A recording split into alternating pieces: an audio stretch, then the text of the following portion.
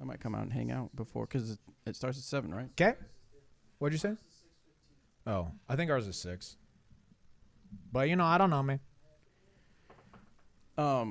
Yeah, there should be. I think there's going to be pizza and stuff. But the pickleball doesn't start till 7, right? Correct. Yeah. Okay. All right, we are live here. Hello, YouTube. Where we at? YouTube. We are good to go. Yeah, we are. You are seeing the hallway to the Dynamic Distribution Center. We've got our what did I call it earlier? Hallway cam? No, it was random cam. Random cam. Rancandom. It's like if Rand Paul had a camera. Right. It'd be the Rand cam. Rand cam. So we'll see if anybody walks through. A couple people already seen it. Audio is good. When they see it like that, they usually avoid the hallway, but we'll see. So we'll do a split screen here. And Echo. There. Now you can see. We got an echo here, Chaser? There shouldn't be an echo. I've got everything turned off that should be turned off. The only sound coming in should be coming from the line in. Sweet. Christopher says, tunnel shot? Respect. Yeah, that's what we should have. We should have put a basket with some a basket with some discs in it. Bentley, man, it's because it's a random cam. And see if anybody see if anyone takes advantage of it. Yeah, I got 5 minutes before the show starts. No echo. Sweet. Okay, so Bobby's going to go set up a basket for us in the hallway shot here. So in the meantime, ask all the questions you wanted to about Bobby. I'll answer them, without his knowledge. I think everyone will be pleased with that. Oh, thank you, Chaser. Yeah, definitely will echo down the hallway. Also, I agree. And in our meeting this morning, Jeremy asked if he could join Answer Man today at some point, and we said yes, but only if you have a margarita. So who knows if he'll show up or not. Yeah, Clay, he gone. He out of here. Thank you guys for tuning in. Yeah, tell me what's on your minds. Anybody play some disc golf this weekend? If so, how did you do? If not, why did you do that? Just think about it. Josh Scarf, Bobby's social is on Instagram. It is at Uncle Bobby Jr. At Uncle Bobby Jr. That's on Instagram. Go follow him. Mine is J. Robert McCall. Go check it out. So far, I've got him beat on followers, and that's kind of a point of contention for him. But he has me on Facebook followers, so we're pretty close here. We're pretty tight. Oh, yeah, okay. He probably was, and I don't know the answer to that. Tony, how's hair? Hair's pretty good, man. Got a haircut with Carlos the other day before he went out of town to go to Vegas, so feeling fresh, feeling good.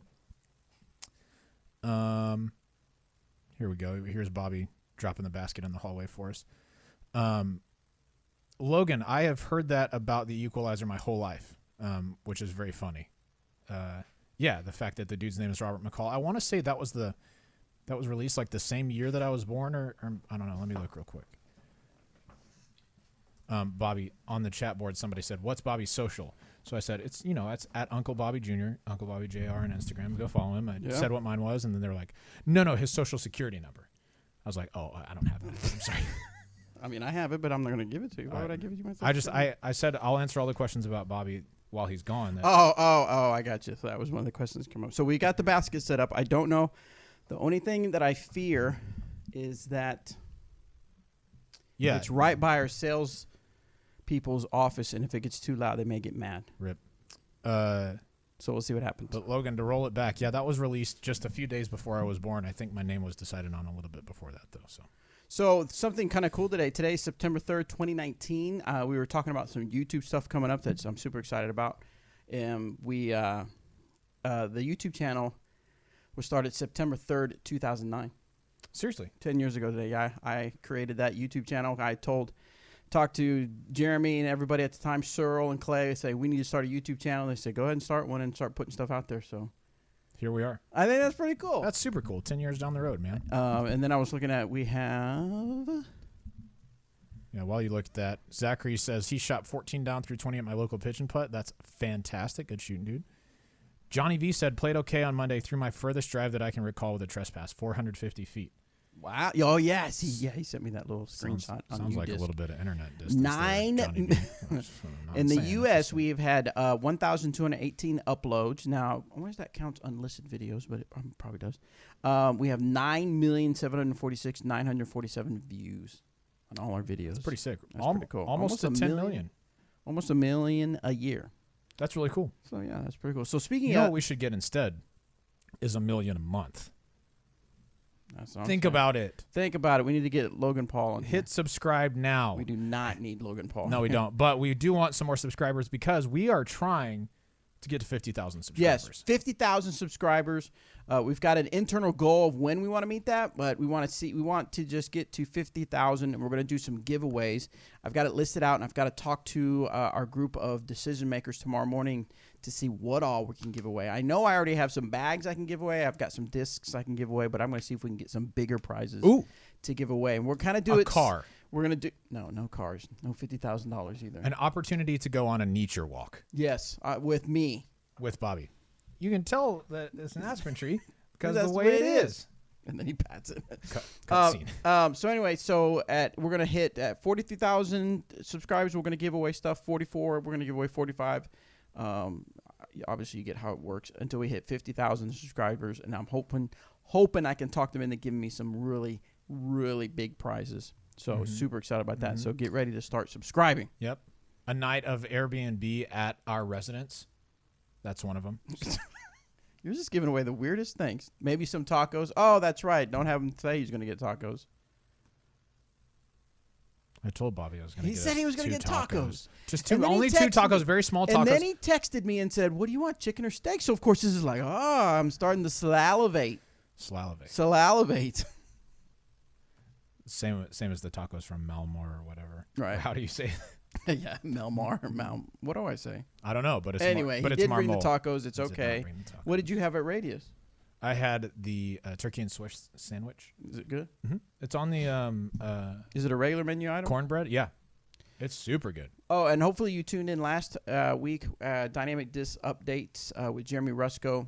We had margaritas from Casa Ramos. Jenny margaritas. And Jeremy's trying to talk JJ out at Radius to bring us some beers. What's up? That would be kind of cool. JJ's the man, dude. Yeah, he's so cool. He's cool. Oh. We got some people walking through. Are they going to putt? Oh, come on. Doug and Guthrie. All business right now. All business. I can't believe they didn't putt. Figure it out. Philip Wallentine in the chat says, yo, daddy-o, cool, slicky breeze. I like that one. I have to say it. Okay, we need to start recording the regular episode. Okay, but for our YouTubers, how many do we have right now? 146. 146. Hopefully get a little bit more. Make sure you share out.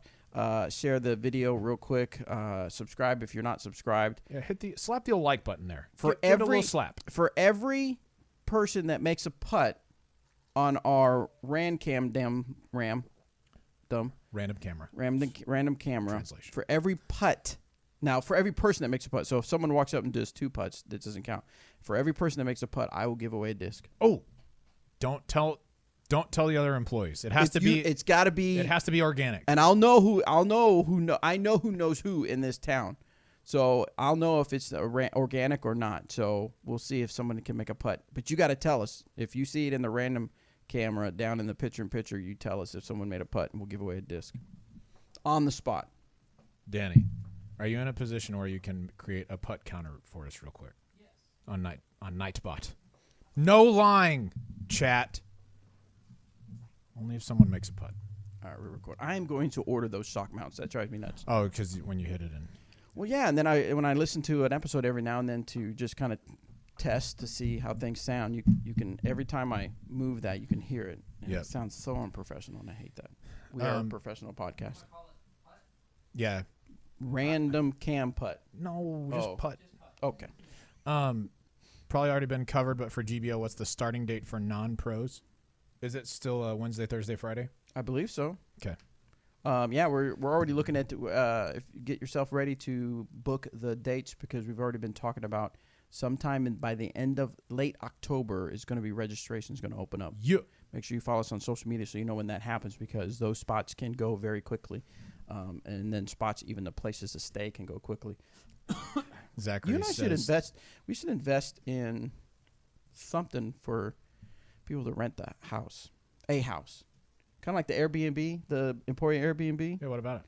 I was just thinking, like, if we could, I don't know. What if we just show up unannounced and hang out for a little while?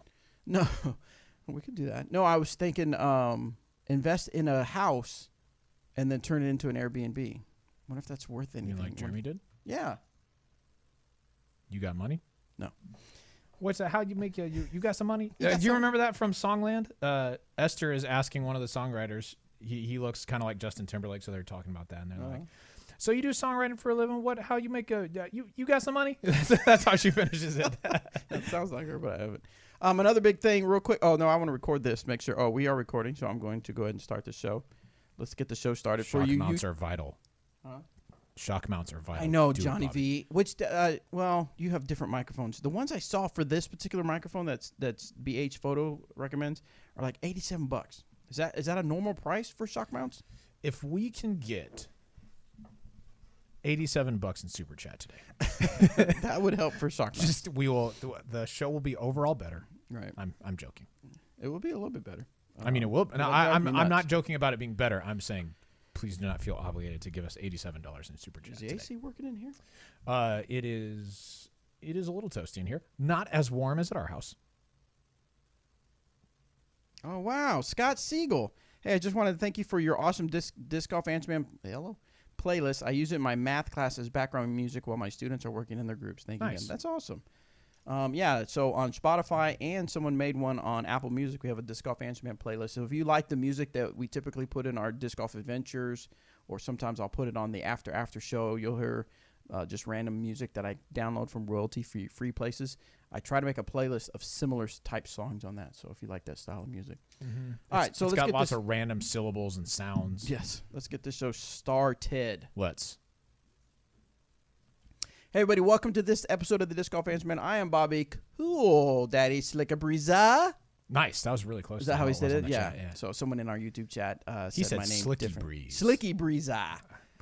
So we are here on September 3rd. I'm here with Robert No Taco McCall. Okay, first of all, I did my best. I know. I wanted to be on time. He said he was going to bring tacos for Taco Tuesday, and things took a little too long at Radius Brewery. Next time, let's plan it, though, that we get tacos from someplace else. Okay. Well, see, this works out great because now we don't have tacos twice from the same place. There you go. So we're going to have tacos. I did it on purpose. Because we are becoming a taco podcast. No, we're not becoming a taco podcast, but we love tacos. We love talking about tacos. We especially love Torchy's Tacos. But it is September 3rd, 2019. Something really cool that I want to share with our audio listeners is that I was looking at some analytics on our YouTube channel, and I saw that the YouTube channel was created on September 3rd, 2009. 10 years ago, I created the dynamic. I say I created. I'm the one that just created the channel and opened the. How dare you take credit? Did the account, but right. Yeah. It's not like you built this from the ground up, Bobby. He did do that. 1,218 uploads. I would say probably a little more than 900 of those videos are videos that I created and put out there. There's a sense of pride. Of course, I'm not trying to be egotistical. Just a sense of pride. No, it's just behind cool. that. It's something that you've done. That's awesome. And we got money coming toward. I got you. You keep going. Okay. I'll get it in a second. All right, so we got 42,195 subscribers, and we have, in the 10 years, we've had 9,746,947 views on our YouTube channel. I just think that's really cool. Pretty awesome. The first video, you know what the first video is? I believe I remember what it is. Was it the Turner Park tune-up? Nope. It was around that time, Very first video. Oh, green. Nope. Nope. I don't think you'll ever guess. Dynamic Duel. No.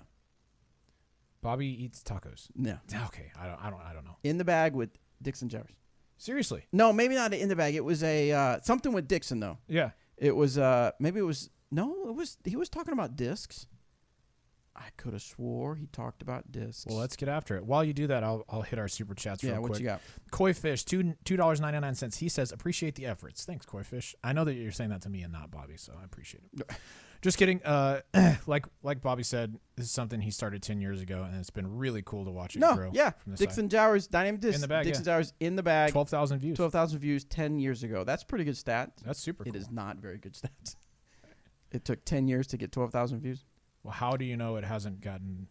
How do you know it didn't get 12,000? And then this is when he had slowly. Look at Innova and all that in the back. See that handful he's got right there? He's got like 8 or 9 discs. Those are all rocks. Yep.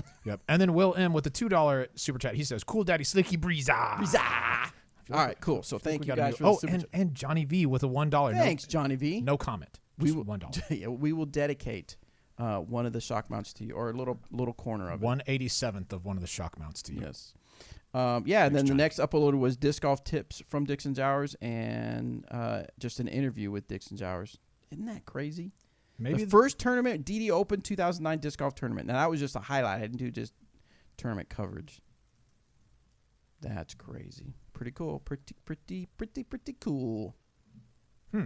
What? Okay. Well, someone in the chat just said I was a VSCO girl, and I don't know what that is. So I Googled it. And I think I've heard of VSCO before. Yeah, it came up with like millennial type stuff. Well, you are a millennial. Barely. You act like a millennial. No, I don't. Take it back. All right, let's get into the disc golf questions, or let's actually just get into some disc golf. What did we have this last weekend? We had the MVP Open. Congratulations to Paige Pierce, and of course Paul McBeth. Boy, those two are a force to be reckoned with. They're on one right now for sure. How much I didn't look. I saw that Paige won by quite a bit, right? Mm-hmm. How much did Paul end up winning by? I think he only won by two or three. And then but it was down to the end, and like if he airballs one of his last putts that had a chance of like going out of bounds or whatever, it would have been super duper tight. But yeah, 1 by 2 on the weekend. Yeah, 2 over double G. Garrett Gerthy, who popped off the second round, shooting a 48. I think it was 11:02 or 11:01 rated at the time. Just nuts. And then, Joel Freeman and Simon Lizotte rounding out the top 4. Simon, obviously, a local to the area now. And then Joel Freeman, creeping up leaderboards. Some last year and then definitely this year. Bogey-free 9 under his last round. Come on, man. That's pretty sick. I didn't get to – I watched a little bit of the women's in the morning, but I'll be honest with you guys. I spent some time with family out in Bartlesville. So, I did not watch any of the coverage, although I keep hearing this hole 17 from Paul McBeth. What was that about? Was that a huge putt or something? He was just draining. He was just dropping dimes. Oh, okay. Then, of course, Paige Pierce won by 7 strokes over Latitude 64's Kristen Tatar. And Sarah Hoke. Oh, that's tied. Tied for second. I see that now. Yep. And then Katrina Allen and Elaine King running. Oh, a tie between the King tie. Elaine King, Haley King. Didn't someone on the chat ask if they were mother and daughter? The answer is no. No, they are not. So that was rounding out the 5 spots there. But there was something that I thought was really impressive because I was, of course, looking at the performance of our guys, and that's Eric Oakley that jumped up 14 spots on the last day. Yeah. And that's a good jump right there. Shot 6 under the final day. That's putting in some work, realizing that he needed to put in some work to make up some ground. So it's good. Good on Eric Oakley. All right, so any other disc golf happened? Not for me. I got to play some disc golf with my grandson out at called Lake Valley Park in Owasso. It was kind of a little 9-holer in a neighborhood right by the neighborhood pool. It was a good little warm up. No tee pads or anything like that. But we warmed up. Then we went to Raising Cane and had some chicken. Nice. And then we went out to Centennial Park in Owasso. It was a good course. Needed to be mowed. I'm not picking on the course because I understand it's a public park and things like that happen. But it would have been nice to be mowed. But he had a really good time. I bought him some new discs. I bought him a Diamond, a Witness, and a Proof. And he really liked the Witness and the Proof. That's awesome. So good times disc golf with the kiddos. So we'll talk and we'll get your feedback on we're having some problem with YouTube, so hang in there. Hopefully we'll get you back here in a second. But I want to get your all's take on the molds that are being retired. Come on, internet.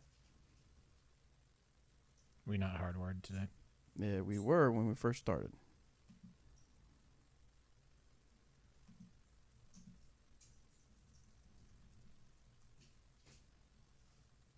marginal. We might be coming back. I tell you what, there's something been going on lately with that. Are we frozen on here? Or are we good? We were a second ago. Okay, so we are back. So we're back to good. Hopefully get some viewers back. Okay, so anyway, sorry guys, lost track. We're gonna get back. We're gonna get to the disc golf question. We'll talk about the retired molds and the after show. We want to get your all's take on it, but later on we'll do that. All right, first question comes from Glenn. When will the Raider come out in Lucid or any other plastic besides Fusion? You asked the question at the right time. Actually, you asked this a while back. This is the only time where a time-sensitive question is really helpful to us. Actually very relevant because, as I copy and pasted this over to our notes, I thought people were going to think that I did this on purpose, but I did not. This literally was the next question for me to grab. Anyway, my point being, this Friday, September 6th, is New Release Friday, and we've got a lot of stuff coming out. And I'm going to go ahead and take this as an opportunity to tell you real quick what's coming out. We got some really sweet hand-eye Maxes coming out. We've got what are they called? The Gold Line Ballista Pro, Gold Line Explorer, Heavyweight Diamond. Hey, like in the 170s. Look out for those. They're good. They're good. And then the Paige Pierce 5-time Deputy. So it's got a really cool stamp where it says Deputy, and it has the 2 P's, then it has a little 5X in there. It's a little commemorative disc for you guys. So if you want to kind of help celebrate her win, pick yourself up a Deputy, a 5-time Deputy. But know that we have some exciting stuff coming out for Paige Pierce. And then the Lucid Raider. Everybody's looking forward to the Lucid Raider. So that comes out September 6th, 11 a.m. Central, online. Are those available in the store already once they get them, or no? They have to wait? If the store has them right now, you could get them in store here, but I mean, like other otherwise, stores. yeah, if they're there, they can sell them. I think so, yeah. But online, they'll be available 11 a.m. Central. I had that right. So there you go. And we have a little video about it as well. Yes, not that we're going to show right now. No, but on Friday at 11 o'clock, it's kind of a new release Friday video where myself, Robert, Anthony, and Danny go out and we throw these discs and give you our take on them. Cool. All right, next spoiler alert, you're going to like them. You're going to like them. They did well. I was impressed by all 3 of the ones we took out there. Yeah. Owen asks, hey, all, my name is Owen Carlson. I grew up playing a lot of baseball, so unfortunately I have a left-hand backhand and a right-hand forehand, just because that is what felt right for me since it was like the swinging motion in baseball. Anyways, I have no shots really that go left. I'm looking for any suggestions for a reliable, understable mid-range and a fairway that will turn over, but not turn and burn. Obviously, from the Trilogy lineup. Thanks for all you do. Nice. Good question, Owen. All right, so your problem, and I'll air quotes problem, is not really a problem. I think that's something that happens quite a bit with baseball players. Max Nichols comes to mind as a guy out of California who throws lefty and righty forehand because he was so used to baseball. So a disc that I would recommend that you try out is the Premac Truth. So they're going to be pretty neutral. If you throw them kind of hard, you can get them to work over to the left for you if you're throwing lefty backhand. But another one you might check out, and this is one of my favorite understable mid-ranges, is the Latitude 64 Fuse, either in the Opto or the Gold line. Really, really super controllable, easy to throw on like a slow turnover line. I've been loving them, so yeah, let's check it out.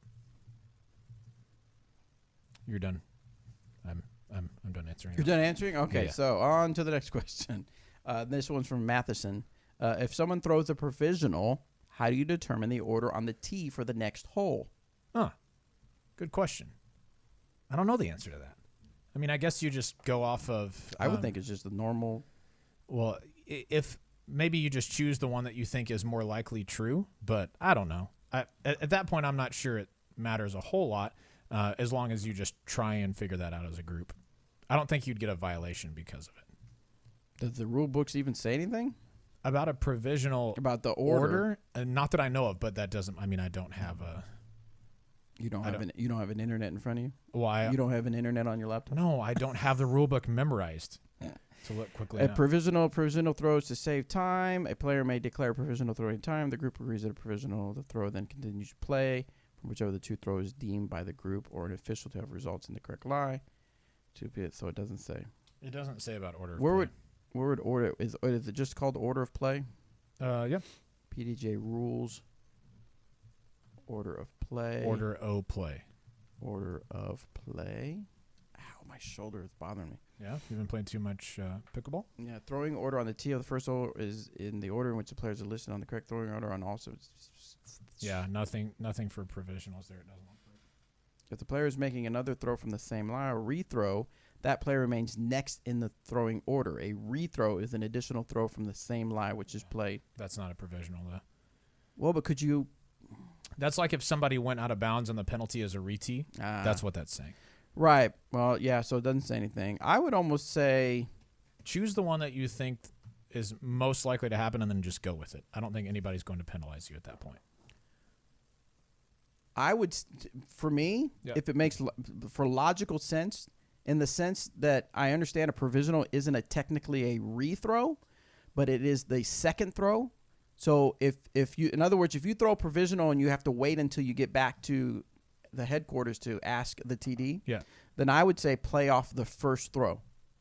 Yeah, that's probably a good call. Not just because of, not for rule's sake, whatever, but just for like standard. Just practicality. Right, practicality. Yeah, that's a good idea. I like that. That's what I was thinking.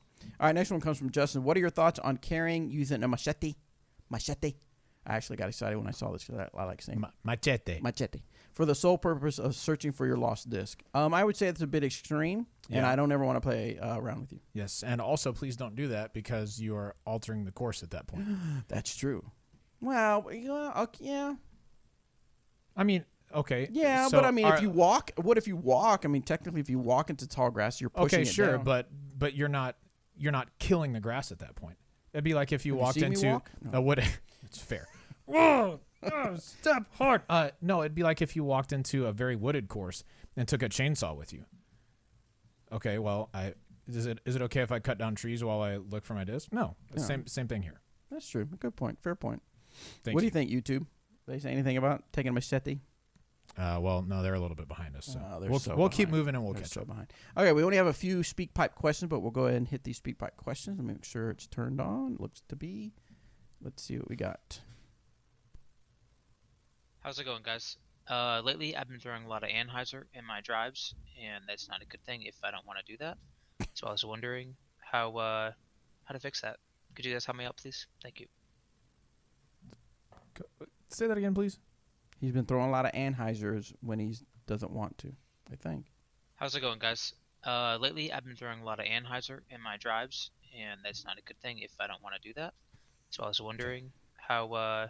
So I have a tendency, this will be a follow-up question for me, I have a tendency of not throwing the disc in the basket when I want it to go in the basket. Yes. So also if you could follow up and help me out with that. I'll start with his question. Okay. I'll get to yours shortly after. Okay, so if you're throwing a lot of Anheuser, there's a decent chance that you are torquing the disc a little bit too much. That means that your angle of reach back is not matching your angle of hit, is also not matching your angle of follow through.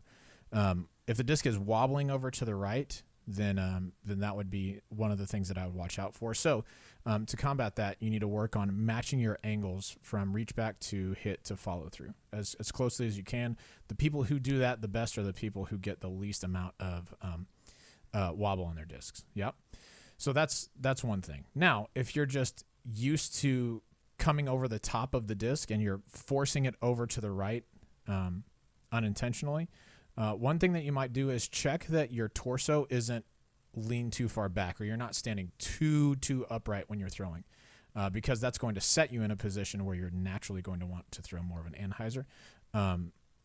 You might want to, just to figure out your angles, lean forward just a hair and see if that does anything for you. You don't want to throw from, a crouched position or a way too leaned over position or anything if you're trying to throw a flat shot. But if it's an Anheuser, you may be standing up too tall or just messing with your angles a little bit too much. If you are trying to get the disc in the basket and you're not succeeding, for you, my follow-up answer would be to get good. Okay, thanks. You're gonna want to work hard and then get good. Get good. Mm-hmm. That's what the millennials say. Is there any websites I can go to get good? This is getgood.com. Getgood.com. Mm-hmm. It's actually .edu. You get educated. Oh, okay. You getgood.edu. Yeah. Educate yourself. It's higher education. Isn't that from Lilo and Stitch?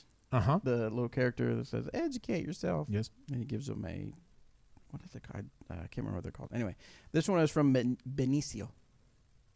Hey, disc golf answer man, Benicio. By the way, getgood.com is a marketing website. I just found out. Okay.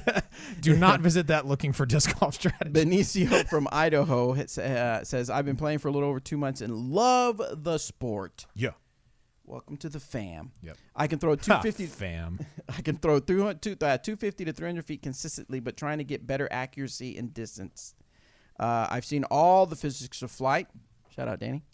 And they have really helped my game. I notice when I start my reach back, as soon as my front foot plants, I'm already turning my hips, which creates a sling-type motion. How do I get rid of this?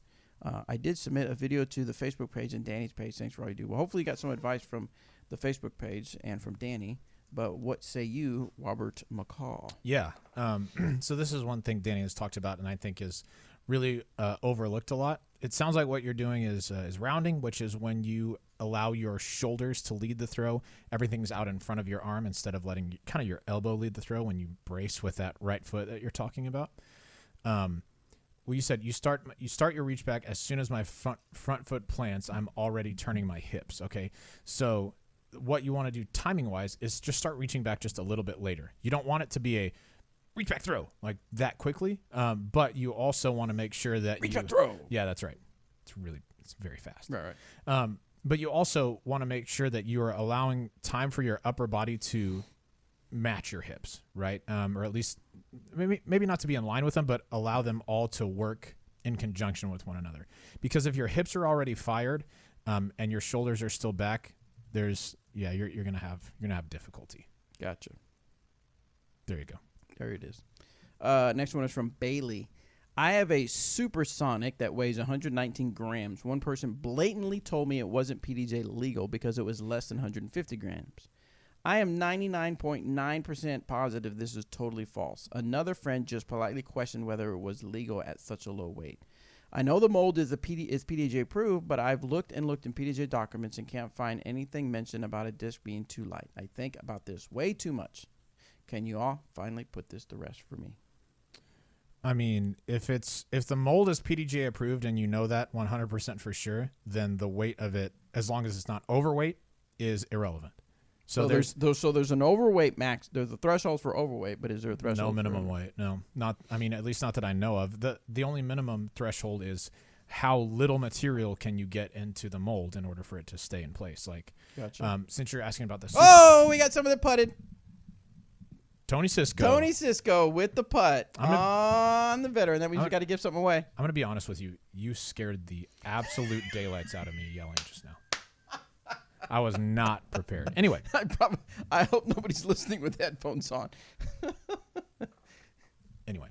Okay, let's keep it moving. You okay? You recovered? So yeah, I'm okay. So you asked about the Supersonics. So obviously we know Innova rocks are approved, but they also have really lightweight versions that they call a pebble, like a small rock. Those are also approved. That is so clever. Yeah. Once the mold is approved, as long as it's not overweight, it's good to go. All right. So there you go. Golly, that scared me. What did you think was happening? I mean, I don't Armageddon? know. You just yelled out of nowhere. Big putt. Yep. Two putts made. He only made one putt. Yeah, Who made? only one. Yeah, only one. Nightbot is lying. Oh, nope. See, quit. Oh, they're saying it. So yeah. We'll just have to. My ears are bleeding. Yes, now. thank All you, Caleb. So are mine. All right, so let me go grab a disc real quick. Robert, you talk about your bleeding ears. No, I'm not going to talk about my bleeding ears. That's really gross. All right, so anyway, let's talk about this for a second. Mike on the board said in casual rounds in Florida, sometimes he carries a machete or something like it for super tall grass with, let me see what he says. I play a lot in Florida. Foliage grows very quickly and poisonous snakes are an issue as well. For casual rounds, I totally understand that. That's no problem. For not casual rounds, for tournament rounds and stuff, yeah, you can't be doing that. Pause your video so it's not, please. Okay. So it's not. sucking the internet bandwidth. Oh, my bad. All right, so almost through my drink and Bobby shouted. Yeah, thank you, Marco. Me I have too. a tendency to be loud. Yeah. If you travel with me when I sneeze or any other time, I can get loud. Run and hide whenever Bobby sneezes. I'm telling you right now, you're I'm like, a oh, it's loud not that person. bad. You're not prepared. I'm sorry. All right, so what do I have in my hand? I have an orange. Let's see what the weight is. 168. Ooh, a lightweight one. This is good. 168 Fusion Raider in celebration of the Lucid Raider coming out this Friday. I'm going to give away a Fusion Raider. I need to figure out how I'm going to do this. All right, here we're going to do. We're going to do one of those screenshot things. So here in the next less than a minute, I'm going to hold the Raider up to the screen, and you guys will take a screenshot and you will share it out to your social media, Instagram, Facebook, anywhere. Tag Dynamic Discs, tag Uncle Bobby Jr., tag Robert McCall, and we will get it. J. Robert McCall. J. Robert McCall, sorry. Also, it's Uncle Bobby Jr. Yes. Yes. Okay, so here we go. Ready? Everybody got your fingers on your keyboard or on your phone so you can do a screenshot? Because I'm going to hold it up there for half a second. No, I'm playing. I'll hold it up there for a little longer. Here we go. And ready for screenshot. Go. All right, so take a screenshot, and in the post you want to say something like, I'm trying to win a Fusion Raider in celebration of the release of the Lucid Raider. Something to that effect. Make sure you tag Dynamic Discs, Uncle Bobby Jr., and J. Robert McCall, either on Instagram and Facebook. Of course, on Facebook, it's just going to be Robert McCall and Bobby Brown. And I will pick a winner to win this nice orange 168 Fusion Raider. Time's up. Got Can't hold it anymore. Me neither. My shoulder started to hurt. In the meantime, Old Folks Home, $1.99 says, don't forget to like and share, everyone. Thank you, Old Folks Home. We appreciate that. Yeah, hit that like button, hit the subscribe, and ring the bell for notifications, please. Thank you. The good thing about the 168 Raiders, if the Raider is a bit too much of a disc for you, the lighter weight is good. Or if you're looking for a reliable, little bit turnover, if you got a big arm, that lighter weight would be good for you as well. That's what I've been carrying one for, is ones that are a little bit straighter. Tony says, there we go with the millennial giveaways. Y'all cut it with the millennial stuff, okay? The millennial give? I don't understand. I think he's just... Because we give stuff away, we're appeasing the millennials? No, I think he's just poking fun with the millennial conversation we had earlier. Poking. All right, let's get back to the questions. Let's do a speak pipe. This is from John Ben. Hey folks, this is John Ben from Vancouver, Canada. After a couple of years of playing, I finally went out to a field and took video of myself throwing. I wish I'd done it sooner because it gave me a lot of insight into things that I have been doing incorrectly, even things that I had no idea I was doing incorrectly. So that was super interesting. One thing that I know I was doing wrong was that on my plant foot, I rotate on the ball of my foot, not my heel.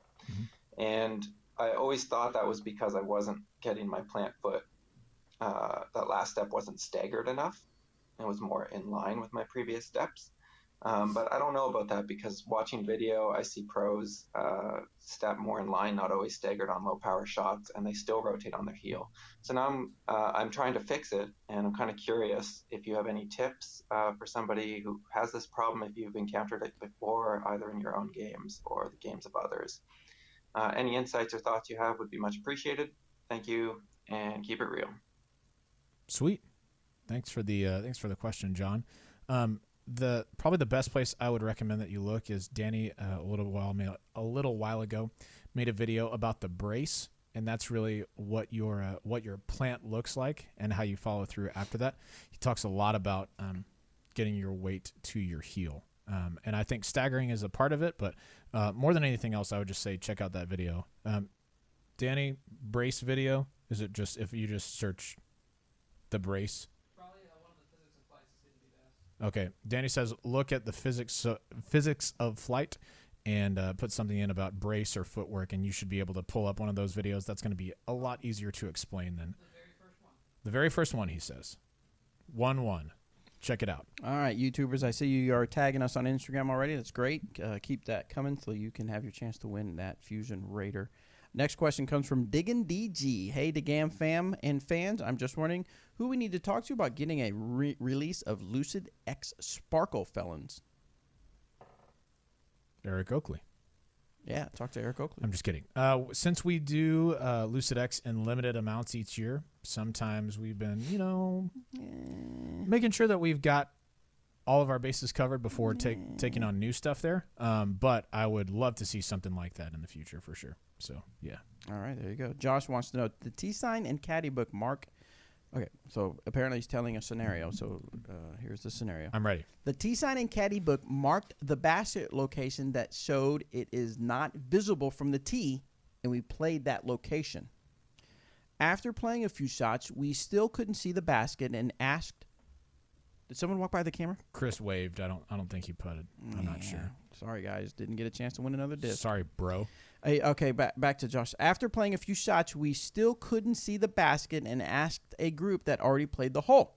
They indicated the basket was in a very different position, about 200 feet short and 80 to 100 feet right. Our card decided to re-tee. I understand how it was called a misplay. Are there any PDJ requirements for how well/accurate a course must be marked during a B tournament?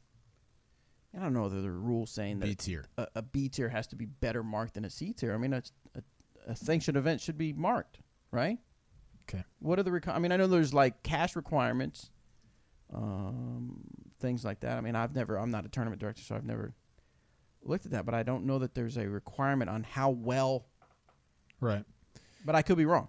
I know that courses have to be in the ground in the setting that they're supposed to be in. For C and B tiers, I think it's one day before the event. For A tiers, it's a couple days before, and then in Ts and Pro Tours and Majors and on up is more than that. Yeah, that's super unfortunate for you guys. I think really the only thing you can do in that situation is, even if it takes a minute, confirm that you all know where you're playing to. Even if it takes a second to run up there. I think your card and the other cards would be understanding if it was marked improperly. But yeah, that should be in the correct spot. But some places have T signs that have little indicators that you can put like in a different spot to say where the basket is. And if those aren't moved that specific day, it may be that the person running the event doesn't have the tools needed or the opportunity the tools needed to change those around. So it's unfortunate that it happened. I would definitely run up and look ahead of time next time, just in case. So, yeah. All right. This one is from Only Aces Hole 3. So maybe he should just play a round of just hole 3s. Oh, that's it? That's his username. I'm curious what your guys' thoughts about Sandbaggers and those that are proud to do it in AM3 events. Ooh, I think this guy probably knows. He probably asked us about a specific person, huh? I mean, here's the thing that's 100% true about the rating system is if you play in the division that you are allowed to play in because of your rating, you probably shouldn't be called a sandbagger. The only exception to that would be advanced if you're, a 990 rated or a 1,000 rated or a 1010 rated guy, and you're only playing AM events, not even to go and try and win AM Worlds or AM Nationals or anything like that. You just enjoy dominating. Yeah, that's not fun. But in AM3, if somebody's rating is low enough that they can play in that division, that they're not over the rating threshold, yeah, that stinks, but there's not much you can do about it. At some point, they're going to have to move up. And so I think you just have to kind of deal with it, unfortunately.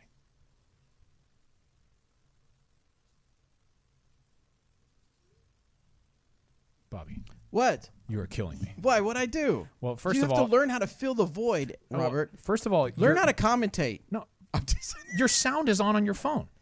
Oh, is it? Oh. Yes, that's what's killing me. Oh, sorry. I'm sorry. All right, next question comes from Kevin. Hey, guys, I recently bought a Biofusion Renegade because I heard they're being retired. Can you suggest another trilogy disc that would be similar and is not being retired? Not the Vandal, because it's a little shorter for me. I only throw about 300 feet and struggle with rims wider than 2.100559. Oh, geez, we just said 2.1 centimeters. Also, Biofusion is my favorite plastic, so availability in this plastic would be even better. Thanks for keeping it real. Well, I'm going to keep it real quick, Kevin. Don't panic. There's plenty of Renegades. I've got 4 in my basement right now, which is where I live. I've got 4 right now. Don't worry about it. So I've got plenty for you if we run out here at the warehouse, because it's going to be a while before we run out. So don't panic. Just because they say they're retired, they're still going to be out there. Yeah, it'll be just fine. But if you're looking for a disc that is fairly similar right now, I mean, the Trespass is probably the closest speed-wise. I wouldn't say it's flight-wise. It's going to be quite a bit more overstable than the Renegade, but that's about as close as we've got. The Renegade is in a really interesting spot, like kind of by itself. So yeah, stick with the Renegade, and then once you can't find those, then yeah, we'll figure something else out. All right, so we're going to try this out, see if I can get this to work. Let's see. We're going to bring in some reinforcements to help us with this question that was asked. Nice, I'm interested.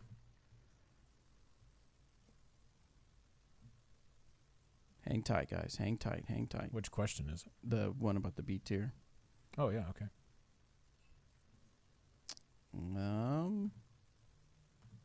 Doesn't look like it's working.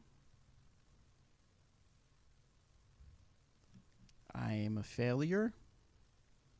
Sorry, YouTube. We're going to cut this out of the audio for sure. Yeah. I'll definitely cut this out of that. But hey, thanks for joining us for live Disc Golf Answer Man. Call failed.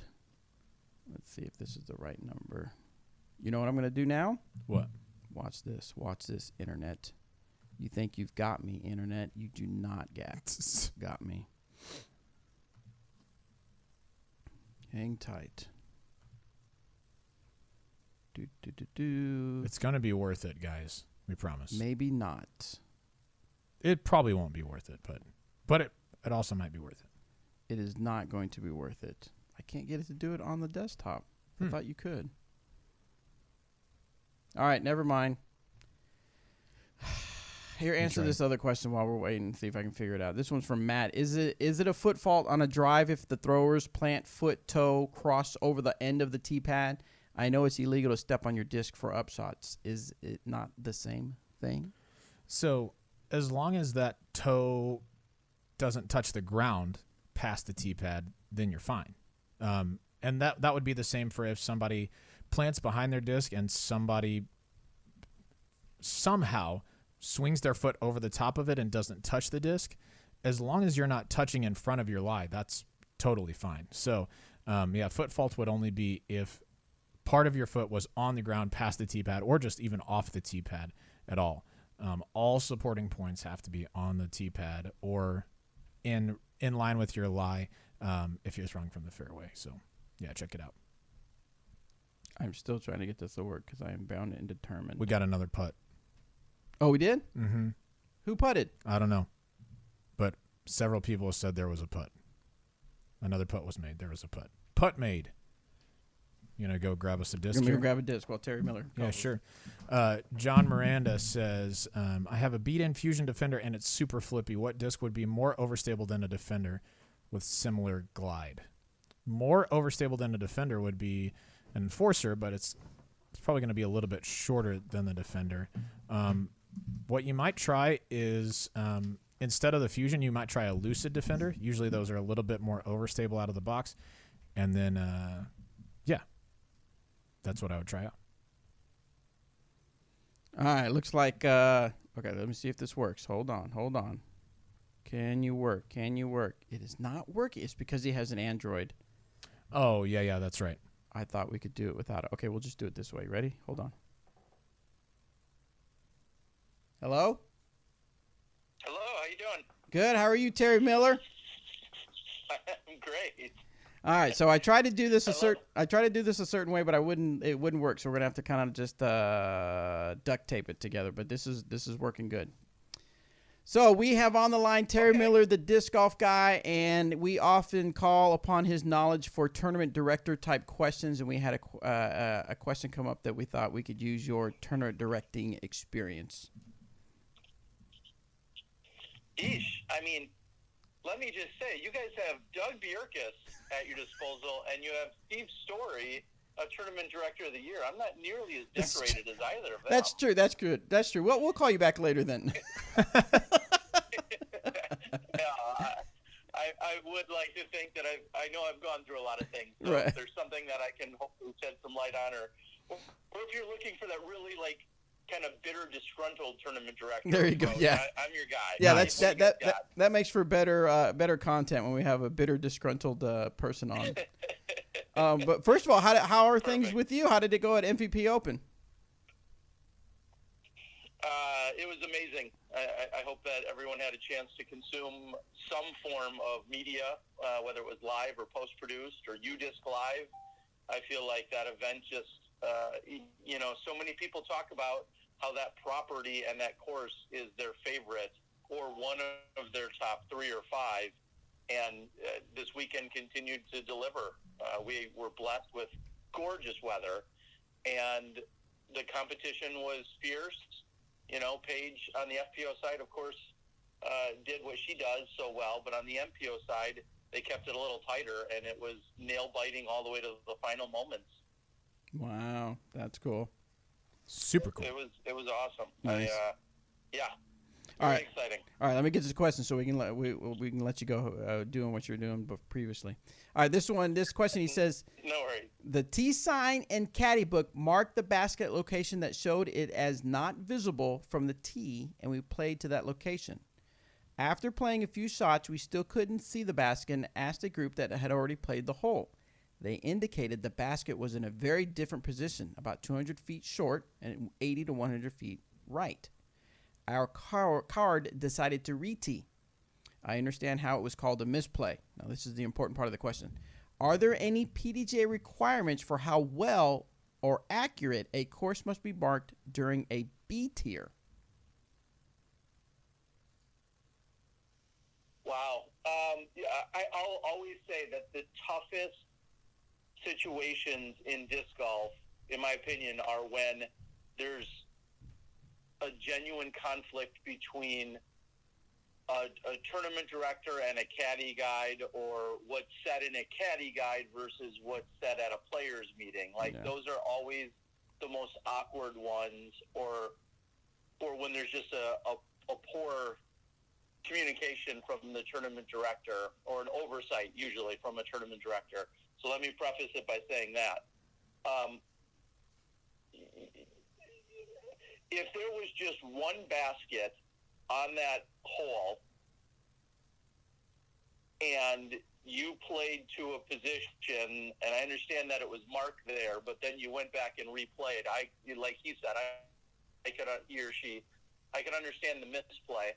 Is there, I believe the only guidelines, and this is just off the top of my head, is there is a guideline on the PDGA that states when a course is to be set up and ready ahead of time for a tournament, but that usually applies to your higher level events like your B tiers, your A tiers, your NTs, and your majors. And even those, I think, are guidelines. I don't know how strictly enforced they are. Right. And let me give you an extreme example, and I don't know if you guys are doing this with your crews, but in the past we've had a disc golf cruise activity. They literally get off the boat, people all but run onto this island and set up baskets, and then everyone, plays 18 holes on them. Right. And so clearly the requirements aren't being met there, right. Because they're set up minutes before play starts. So I believe there is there are guidelines probably for A tiers, A tiers, NTs, and majors, whether that's 24 or 48 or 72 hours in advance. I don't believe that there is for a C tier. And sorry to go on, but I'll say one more quick thing about it. Yeah. Unfortunately, there's times where you may be running a C tier and your local club says, hey, we're playing this configuration, all the way through league night on Wednesday or Thursday, but there's going to be a different configuration that actually gets played come Saturday morning for the tournament. Mm-hmm. And at a C tier, I think, it kind of is what it is. I'm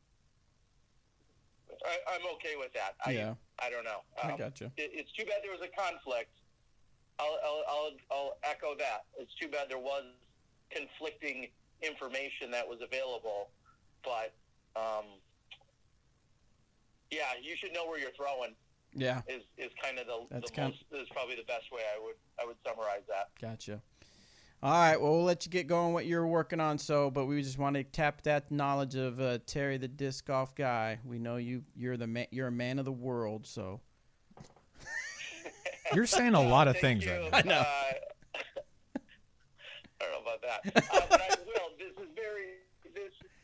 Let me get a quick plug in here, which is actually quite on point.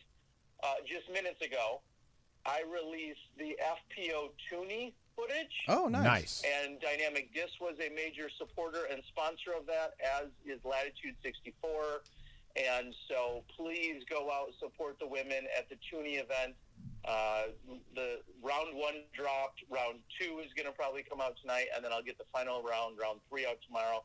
Commentary just came in from overseas for that.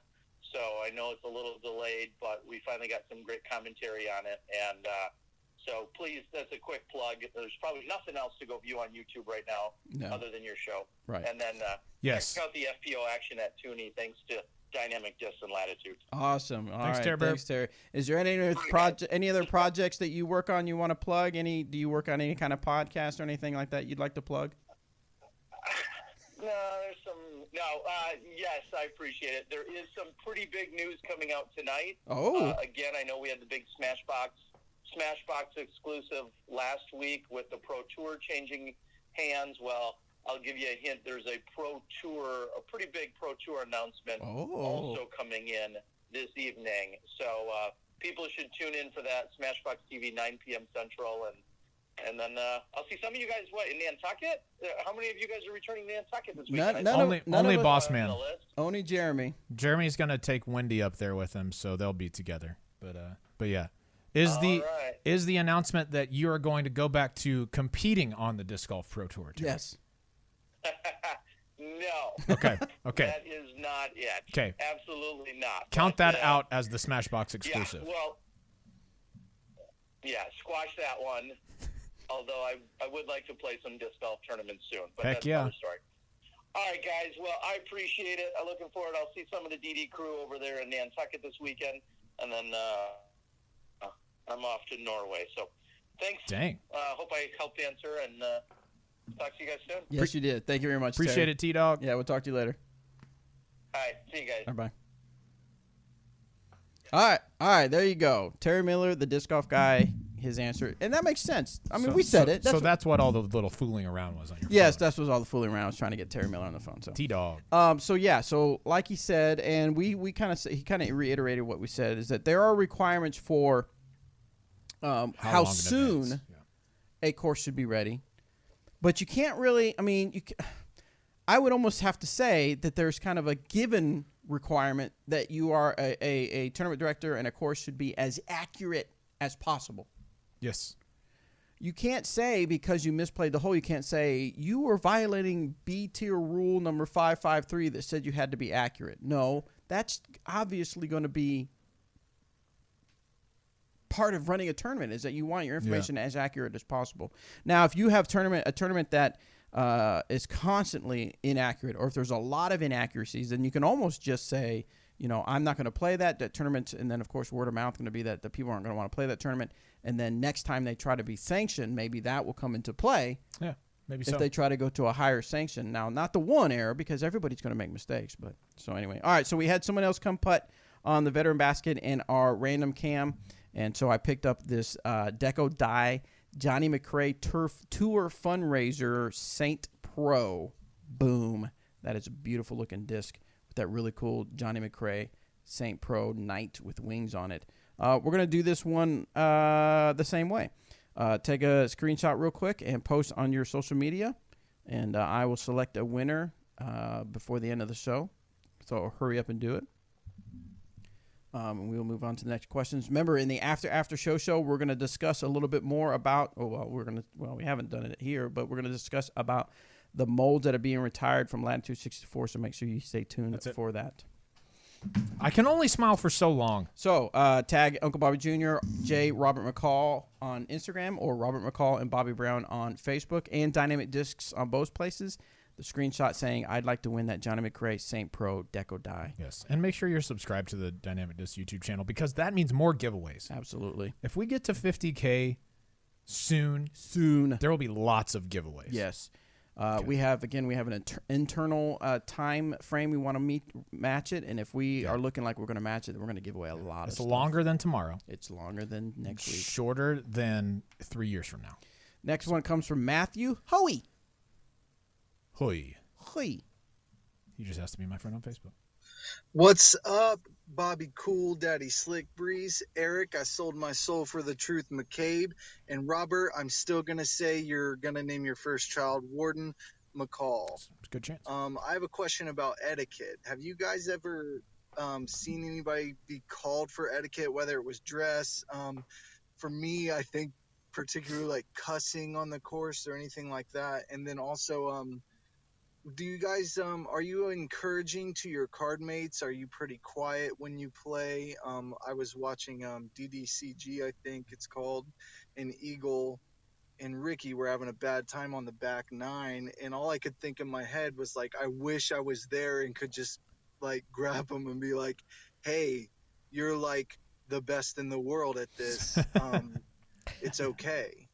So I was just wondering how you guys play out there, and thanks, love the show, and love you guys. Bye. Bye.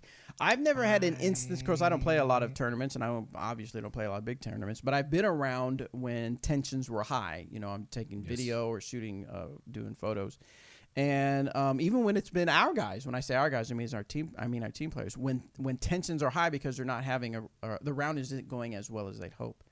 And you could feel it. Some of it's palatable. Yeah, the tension was palatable.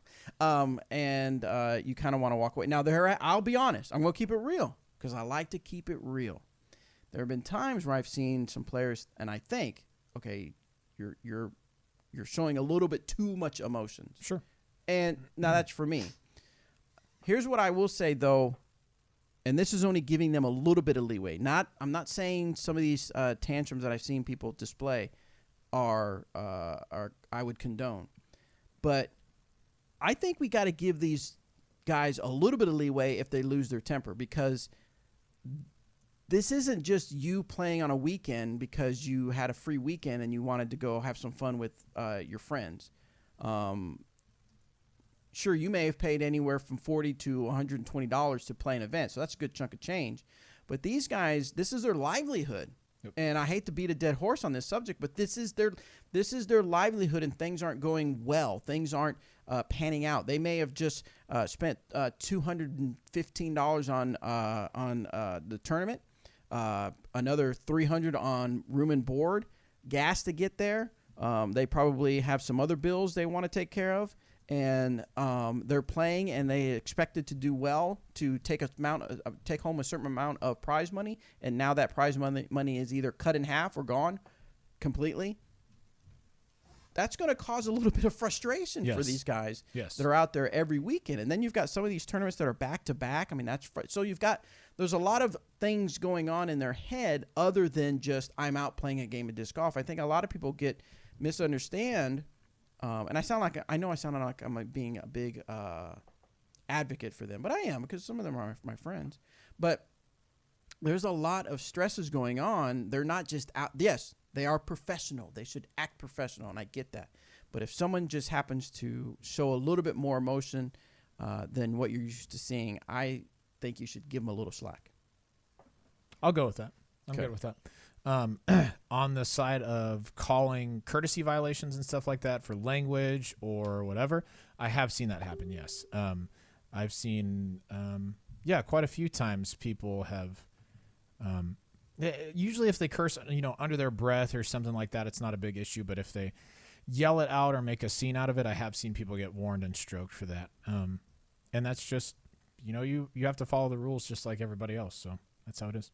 Oh, well, I didn't do the effect, did I? Yeah, it's okay. Too late.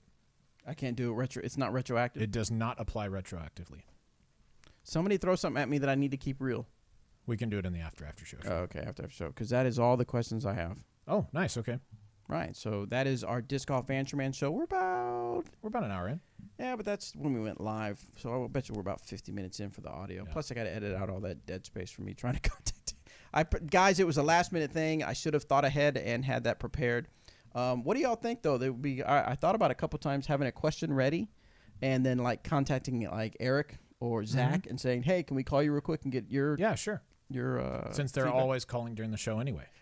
Right. So they're obviously ready to be on the phone. Did anybody call today? No calls today. No calls today. No, they're busy. When is Nantucket? That's this coming weekend, I think. So the Oakleys are probably working their way toward that. Yeah. They'll be there. Yep.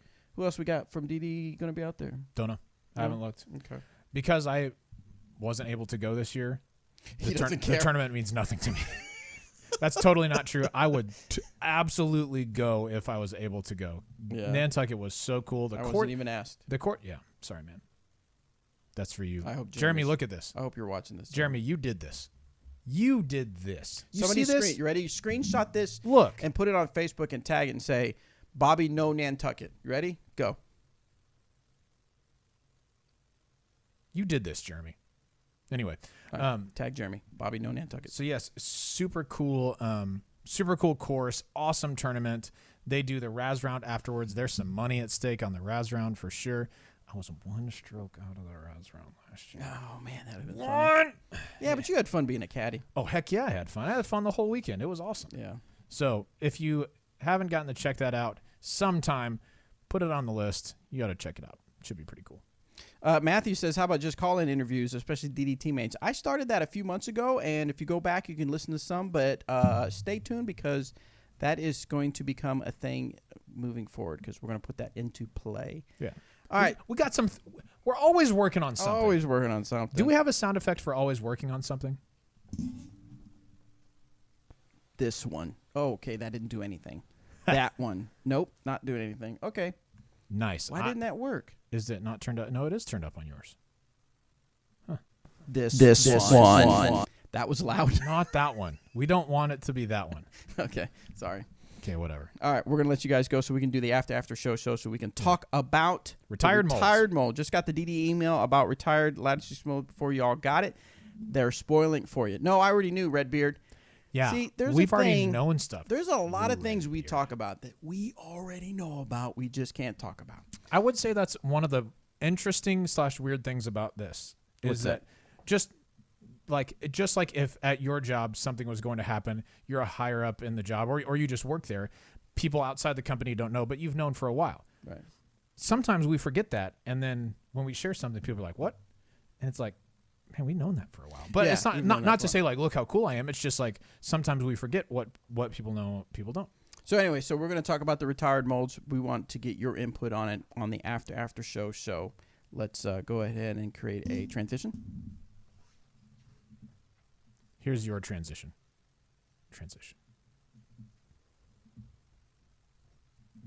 That's how Bobby usually leads his transitions. Yeah, for our morning meeting. I'll go transition. He'll finish talking about media and say transition.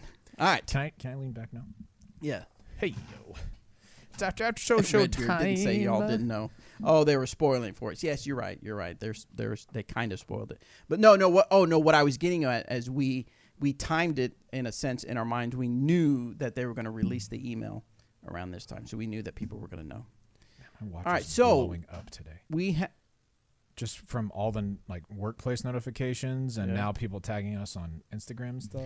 All right, so now let's see. So I'm going to pull up the announcement. I wonder if I got it on my regular email. I know they got it on Instagram and Facebook. So, we didn't. We got to do. Okay, so welcome to the after show. Yes. So this is the after show. We're going to talk a little bit about other stuff. One of the other stuff is, did we do our picks for MVP Open? We did. We did? Mm-hmm. Let's check those real quick. See how we did so we can give away I think we did pretty well on the women's side.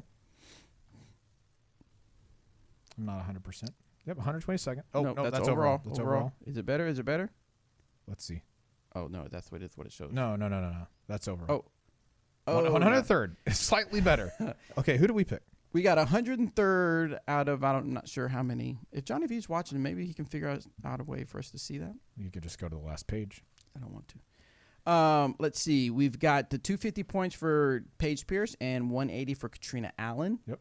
Had we picked Kristen, we'd have been in a little bit better spot. Our alternate was Kristen. Mm-hmm. Yeah, that's what I'm saying. Wow. It's unfortunate for us. James Conrad. Yeah, he played well. Got us 185. Chris Clemens got us 30. Yeah, he's all right. Nate Perkins and Justin Whitney got us goose egg. Yep. Nicholas Kroll got us some points. Our alternate Nicholas Kroll got us points. How come that got us points, but Kristen didn't, and she got second place? Because those people, their scores don't count. It's not that they didn't play the event. I don't think. I think they're. I think one or both of them didn't play the event. Both of these ladies played the event. Gotcha. I see what you're saying. So those kicked in because one of those two didn't play. Yep. So I think, I think I did a bad job picking because I think I picked Clemens and Perkins. I seem to remember you saying you wanted to pick this week, so whatever. I'm joking. All right, so we're going to go to random number generator. While we're doing this, guys, I want you to... Let's get some comments, some questions. Yeah, well, I want to get some comments, but I also want to get your take on which disc you are going to miss the most from the Latitude. Well, we haven't even talked about it yet. So while you do some number generating... I thought that some people already seen the email. Well, yeah, but not everybody. Okay. So Latitude 64 sent out an email. This is from David Berglund, who is their CEO. He talks a lot about some molds that they've already retired. Medius, Mirus, and Primitus. Those were their very, very first discs. Those have been retired for quite a while. And then recently, a few years ago, they decided to retire the Vision, Trident, Blitz, Riot, Villain, and Pain. So moving forward, the ones that they're announcing right now are all of the 2K molds are retiring. So those are the Bryce, Zion, Fuji, Gobi, and Seric. Those are all retiring. And then also the hex molds. So that's the Missilin, and Clay says it's pronounced Raketin. We always just called it the Raketin or whatever it is. Those are the ones that are going out right now. We can talk about why the 2K molds, why the hex molds in just a moment if you didn't get that email. But those are the ones who are out. Which one of those have you guys thrown? Do you like those? Are you going to miss those molds? Throw that into the chat, and we'll get to that shortly. So number 25 is the winner, Ray Gruber. So Ray, if you're listening, take a screenshot of you being logged into Skip Ace, and we will get a disc sent out to you. We make a note here. Yeah, bro. Skip Ace winner, Ray Gruber. Well done, Ray. All right, so get that into us, and we'll get that taken care of. So, so what do we got? We got people talking. Two players can't decide problems that can't play. Oh. So a few people said that they're going to miss the Seric, which I would say that's probably the most popular of these molds, either the Seric or the Gobi. The Missilin and the Raketin never really caught on, and I want to read about why David said that wasn't the case. So he says, the hex pattern we use on the Missilin and Raketin was another project we were excited to try out. The goal was to make discs fly faster and further, and the difference was certainly noticeable. The air drag decreased significantly, so speed increased. The glide, however, was decreased. Ultimately, the disc flew about the same distance as a similar wide rim disc would have without the hex pattern. And so while they accomplished part of what they were setting out to accomplish, it didn't make them fly farther. It took away some of the glide, so that's why they ended up getting rid of the hex molds. And then the 2K molds. So this is the one that I think is actually a little bit more interesting on the retirement side. So and for other people that are not sure what the 2K mold is. Oh, yeah, overmold. Overmold. Yep, a separate type of plastic. On the outside? Or at least a different mold on the outside as opposed to the middle flight plate of the disc. So he says, why are we retiring all the 2K molds? The overmold project was an interesting technology that we enjoyed mastering. The visuals were certainly pleasing. However, our tests showed that the actual benefits in disc flights are not enough to make a noticeable difference. Besides that, the overmold technology presented us with inconsistency problems. From now on, we will be fully focused on making the best flying, most consistent, and good-looking discs in one piece. And so what David is getting at there, and that's something that I think I've been curious about, and a lot of people in disc golf are curious about, is if the overmold process, if overmolding a disc makes it fly, more gyroscopically or whatever it is, based on Latitude's conclusions, it doesn't, or at least the differences are minute enough that they're not really noticeable. But that's based on their research. So that's why they're moving away from the 2K molds and the hex molds. So what are your thoughts on that? We do have some questions. Does it cost anything to submit a disc to the PGA to be approved? It does. There is a fee. I can't remember what it was or is, but yes, I do know that there is a fee to submit that. I don't throw anything. DD, I came here for Robert's here in Bobby's Dome. Well, the dude, here it is. Here we are, man. Thanks for joining us, the dude. So Disc Bro says Zion has roughly the same flight numbers as a Firebird. Is it as stable as a Firebird or not? Zion, it is not. The Zion is, Disc Bro, it is not. The Zion is more like a stable to slightly overstable fairway driver. The Firebird is obviously quite a bit more overstable than that. Firebird and Felon or Firebird and Pioneer are probably close to the same stability, whereas the Zion is more in the range of like between a Getaway and a Felon, somewhere in there. Justin says, I just noticed Amazon Pay on the DD website. How does that work exactly? I have a bunch of gift card money that could be coming your way. I 100% do not know. Me neither. I'm assuming kind of like, I would assume very similar to PayPal, where that's what you select as your way of paying, and then you'll be directed or redirected to a Amazon portal, which will talk to their website, and then you'll be able to enter your gift card information, and then that'll speak to our website, and they'll make the exchange, the handshake of the monies. The monies. Nate says, what's your average distance for driving between discs? Example, if I drive a putter, I can get close to 300, and my driver is close to 400. Fairway and mid are in between. Does that sound about right? Nate, yeah, it's different for different people. There are some people whose mid-ranges, fairway drivers, and distance drivers all fly kind of the same distance, and that means most... I want to see if that FaceTime will work. If you have an iPhone... and you want to talk about a disc that you're sad about seeing go, whether it be, we are lost again. Internet is down again, back to good. If you have an iPhone and you have a specific disc that was retired that you are sad about seeing going and you want to tell us about it, I want to put you on the air. We're going crazy over here, Danny. Danny just looked at me like I was insane. Yeah, one of these... He doesn't know what to do. One of the guys on here He's earlier... pulling his hair out. I think Zachary Bird Danny, said... calm down. It'll be okay. I think Zachary Bird said the reason he tuned in is that he's excited to hear G awkwardly cuss on SpeakPipe. Well, sorry, he didn't send one in. So either I offended him or he just has no more questions. Not this week. Looped Mess, unfortunately, the Thief has already been retired. You can still find them, though. So you're just waiting. Oh, yeah, he says don't cancel the Thief. All right, so let me know in the chat real quick if you should say, I have an iPhone. Well, no, how are they going to? They're going to have to message you. They're going to have to message me their number. You don't want to put your number. Put it on Facebook Messenger. Joe, this Des Moines is a Challenge. Terrible idea. Yeah, it's a very bad idea. Joe. A well thought out idea for sure.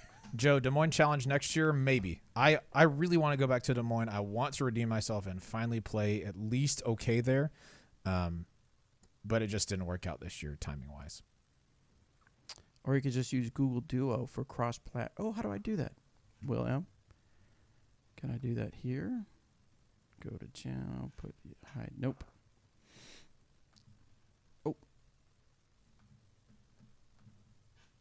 Answer questions. Doxin said he's Android. I was looking for questions. I scrolled too far past. Doc says, I like overmold discs. Anyone got a good suggestion before they were gone for someone with a slow arm speed? Probably the best slow arm speed overmold disc that we have would be either the Gobi or the Bryce. The Bryce is kind of more in the speed and stability range of like a Saint or an Escape, something like that. And then the Gobi is pretty straight, kind of like a Premac Truth or something like that. Let me keep scrolling up here.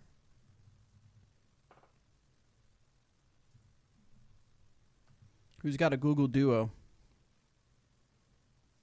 All right, let me. Here we go. DD update: Disc Golf Answer Man is about to be canceled. So dang it. How would that be an update? I don't know. How would that even happen? Chaser said it, man. We're getting retired along with the overmolds. Oh, I see. Stinks.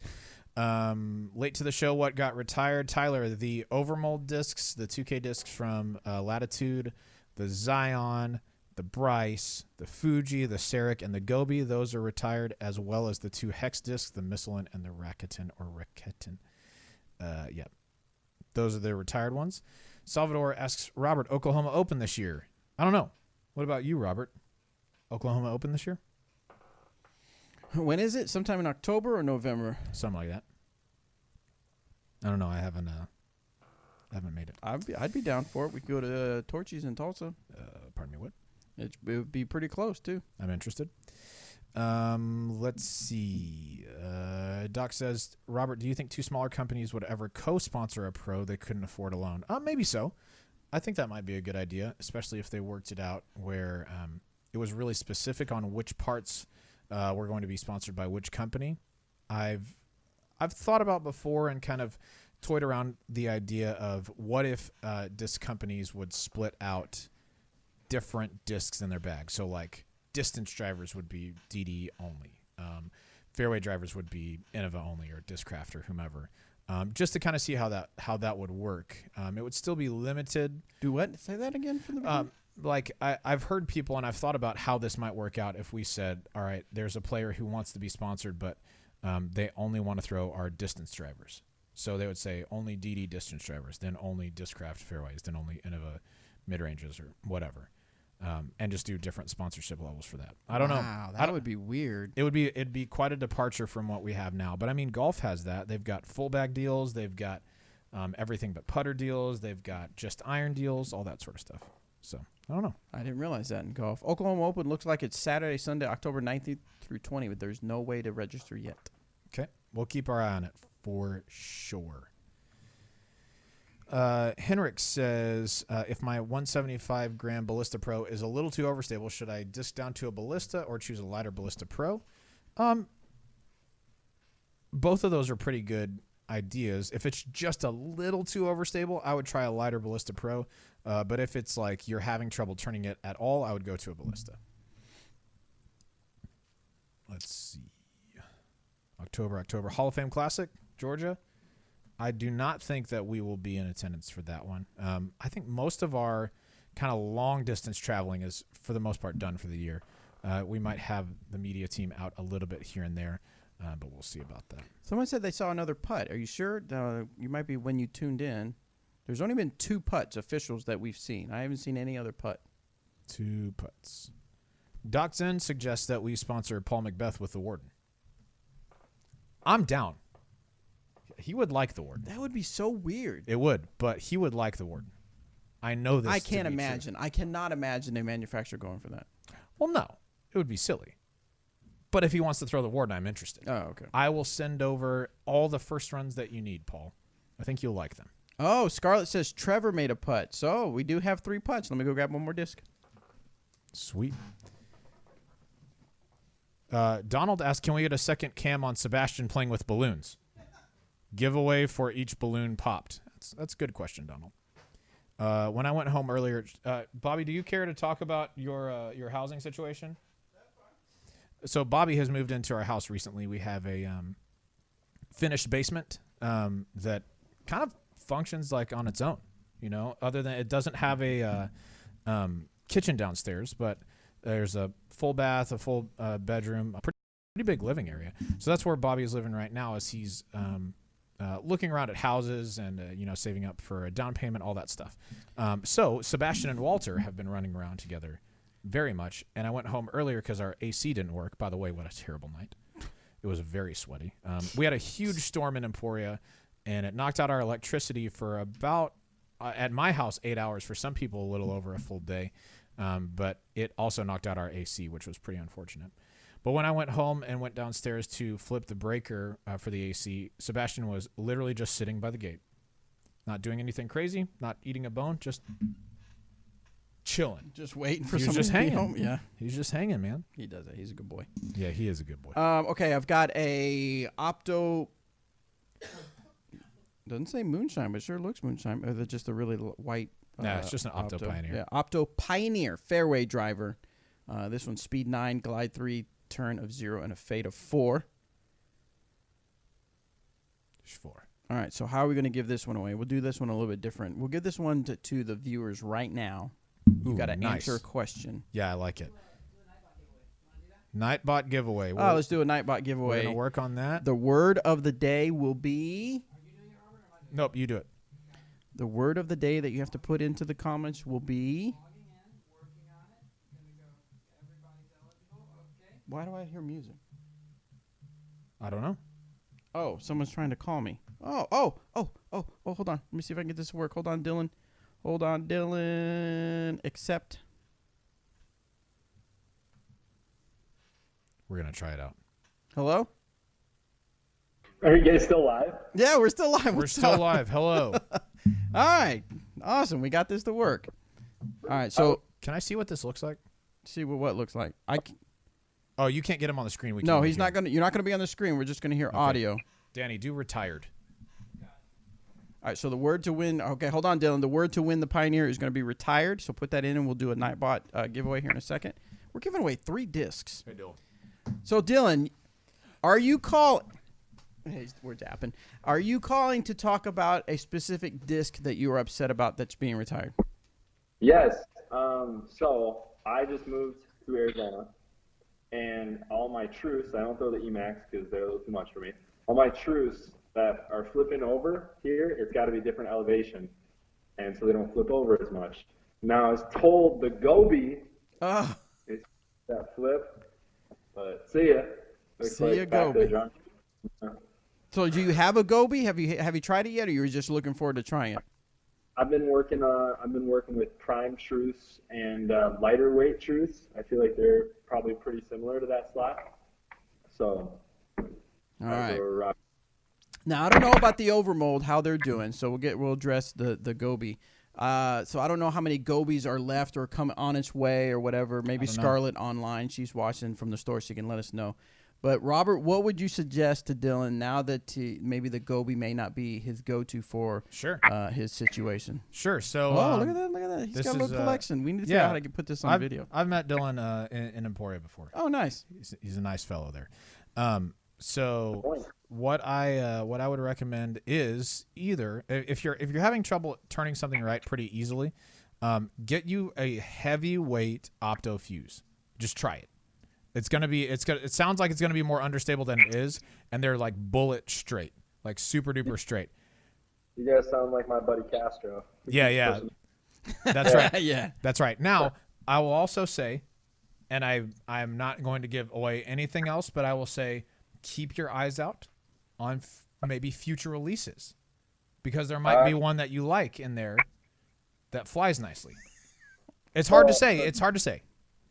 So here's my thought on this, and I think about this obviously because I'm a disc golfer, but I was thinking maybe I'm just trying to reach for something that's not there, because I have a deputy that does that shot, and it goes far. Right. Like you can make them go far, and I'm just thinking like maybe I'm overthinking it. Like maybe I should just use that for my flip shot, because realistically, like when you're doing a big flip shot, like I could probably just forehand rather than just try to get something, because if it needs to move that far right, then the deputy's probably throwing that slot. Yeah, I would say having both shots, though, is good. Like, if you have a forehand and have that turn, then you could land different greens better. So, Right. Okay, no, I feel you. Try that fuse, though, when you have a chance. Don't get one of the fancy ones that Castro has.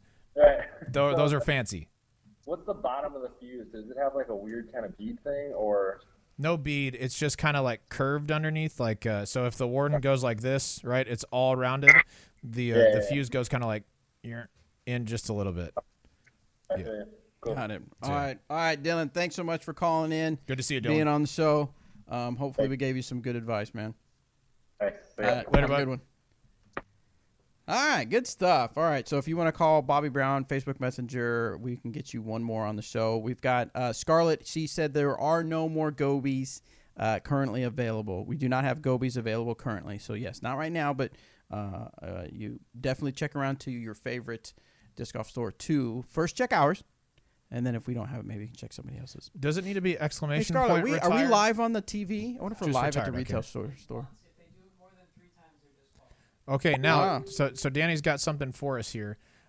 If you do, so you just need to put in the word retired 1 time. If you do it more than 3 times, you'll be disqualified from the drawing. So don't do it. Don't do it. Don't. Okay, that's it. All right, where are we at? We're off the rails here, doing all kinds of different stuff. Lots of retired. Do you think advanced stats are something that disc golf pros are using, and how do they tend to use it? Yeah, maybe we could mute that. Whatever. Mike, I think if a pro is playing tournaments that have UDisc and not using the stats, then they're missing out on something that could be really helpful for them. Someone might say, man, I played pretty well this weekend, but I didn't putt very well, and I think that's what kept me out of the cash, or kept me out of the top 20 or top 10 or whatever.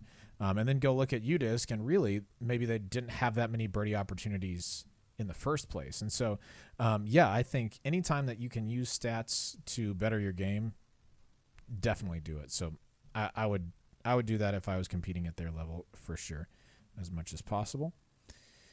Lots of retired. Doesn't AJ throw the goby? Yes, he does. What's AJ going to do without it? I don't know. Give up. What's a longer warship? Maybe like an Explorer? I don't know. That's a tough one. Warships they go pretty far. Will, DD is selling the OptoX Pures. Those are going to be available this Friday. Let's see. Someone asked, and Scarlett said 11 a.m. Central. I don't know. Did that apply to the Pures? Yep, I would think so. Okay, yeah. Oh, it's what went live? What's going live on Wednesday? I don't know. That's tomorrow. That's the Pure is tomorrow? The Pure is Wednesday at 11, right? Yeah. Sorry. Maybe that's what she was answering, tomorrow at 11 a.m. Dope. Thanks, Scarlett.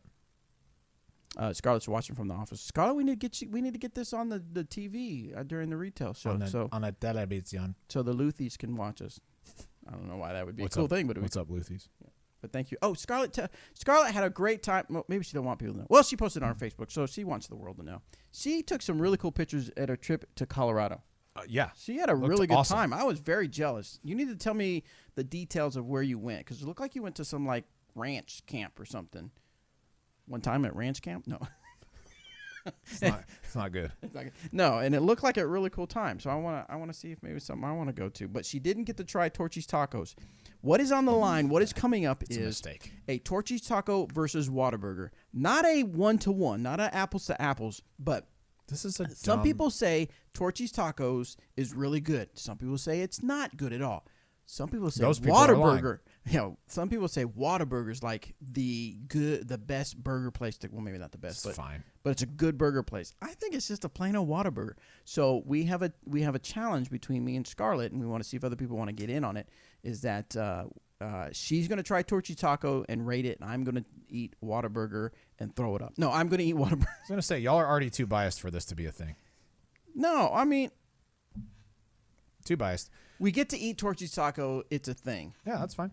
I'm interested. By the way, Piney Woods Open, end of September 27th through 29th. Me and Danny are going to be down there doing some tournament coverage and some other video stuff. We're going to do a Torchy's Taco Disc Golf Answer Man meetup. Boom. So more details on the Facebook page coming up. I'd say I'm on the fence as to whether I will also be with you. We will see. Bring it. Come on.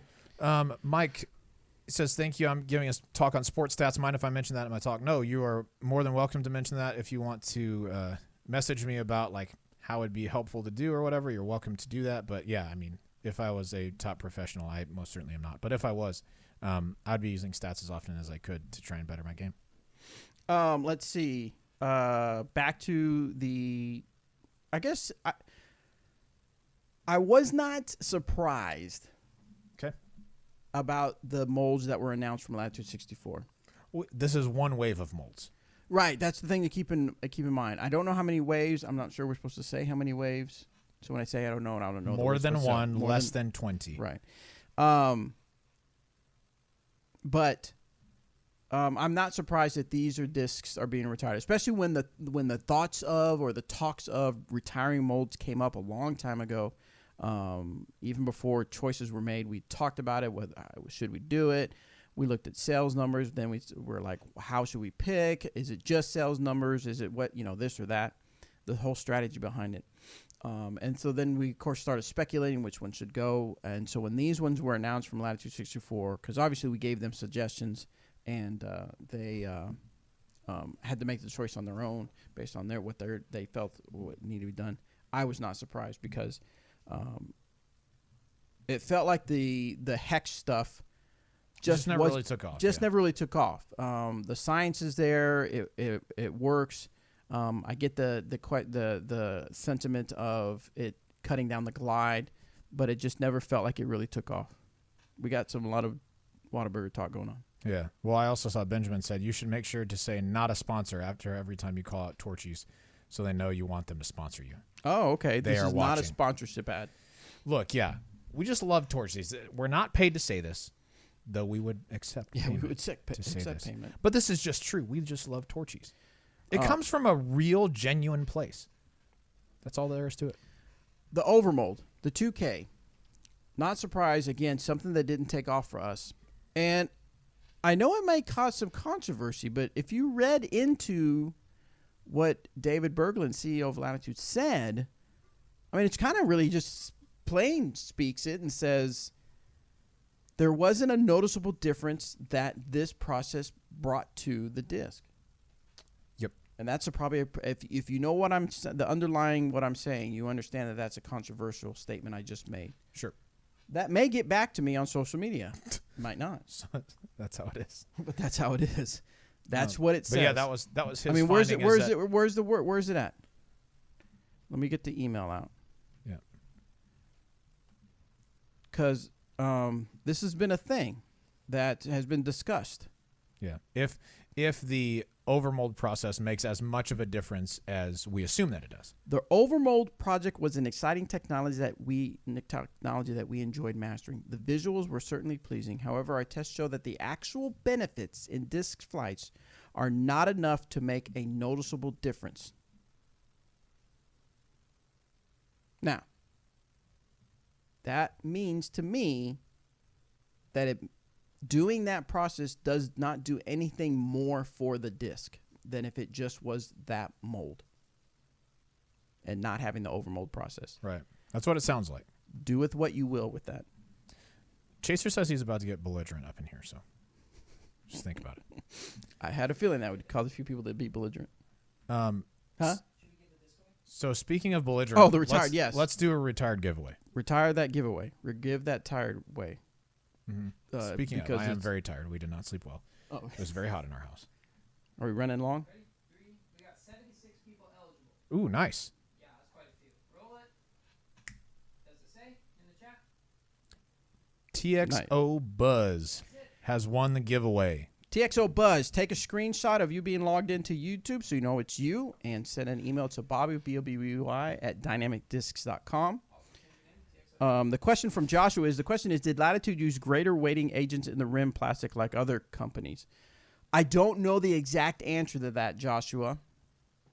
I do know from conversations with people involved, not the specific technical specs that they gave, but the sentiment that was given to me was they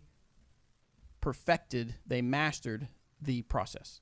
They took a while to figure it out. I remember when things weren't going right when they tried to figure it out.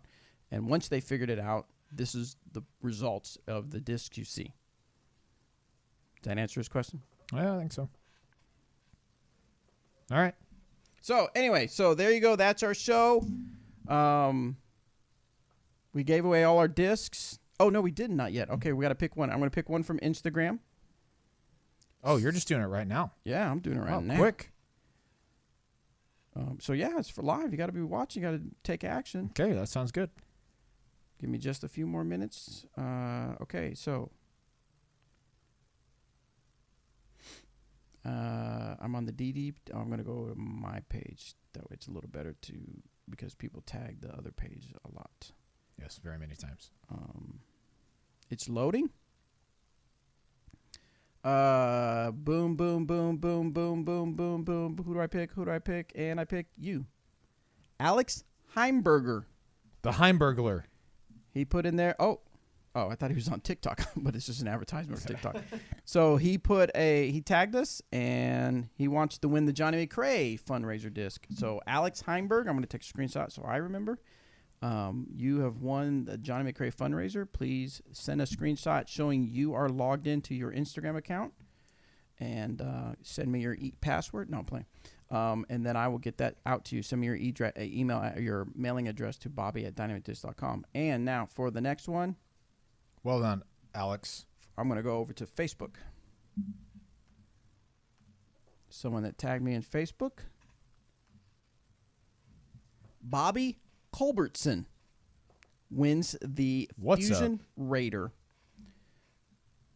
So I'm going to take a picture of that so I know that is you. I want you to prove that you are logged into Facebook.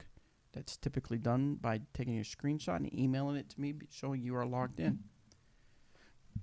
And we will get you going with the Fusion Raider. All right, guys, that's all I have. That's all the time we have. Thank you so much for tuning in for the After show. It was a little bit off the rails here because we tried so many new things. We had someone call in. We called Terry Miller. Good stuff. Thanks for Terry Miller for answering that question. Make sure you tune into the Smashbox show tonight. I'm going to watch because I want to find out what's going on. Definitely. But one other thing that I'm going to do is encourage my friends and family to subscribe to the Dynamic Discs YouTube channel because we're trying to give some stuff away. We're about to.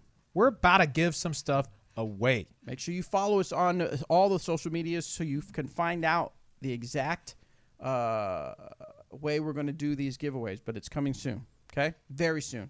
We're doing it. Thank you guys so much. Hey, see ya. We'll see you.